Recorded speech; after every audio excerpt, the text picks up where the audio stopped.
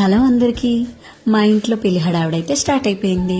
అందరూ ఒక్కొక్క పని షేర్ చేసుకుంటున్నారు. అందులో భాగంగా నాకు ఈ విందు డెకరేట్ చేసే బాధ్యత అప్పగించారనమాట. స్టార్ట్ చేసే ముందు అనుకున్నాను, బాబోయ్ ఎలా చేస్తాను ఏంటని కొంచెం భయం ఉండే. బట్ స్టార్ట్ చేసినాక ఇంకా బాగా చేయాలి అనే ఒక చిన్న ఏమంటారు ఉత్సాహం అలా వచ్చిందనమాట.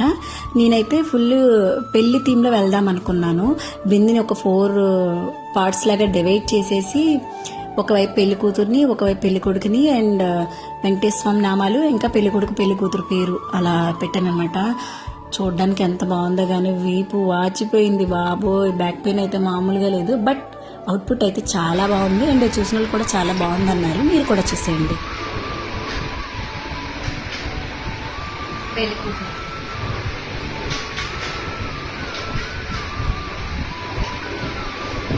పెళ్లి కొడుకు,